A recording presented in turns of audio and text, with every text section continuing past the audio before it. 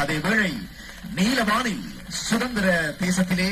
பெல்ரக உலங்கு வானூர்திகள் இலங்கை தாய் திருநாட்டின் தேசிய கொடியினை ஏந்தி பறந்து சென்றதை நீங்கள் கண்டீர்கள். සම්මාන පෙළපාලි සම්මාන පෙළපාලි ප්‍රගමන් රටේ රැඳෙන මොහොත මෙම හැරදේ 78 වනි ජාතික නිදහස් සැමරුම් පෙළපාලි සඳහා ආරාධන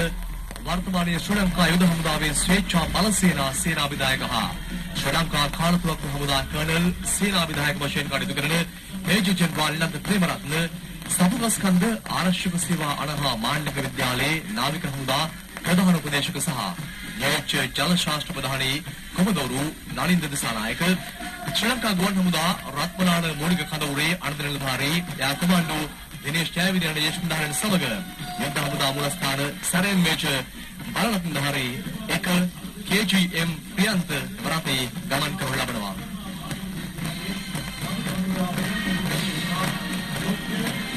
ශ්‍රී ලංකා යුද හමුදා දඩිය රැගෙන ගමන් කරනු ලබන්නේ ශ්‍රී ලංකා කාලතුවක්කු හමුදාවේ කපිටන් කනිෂ්ක ජයරත්න.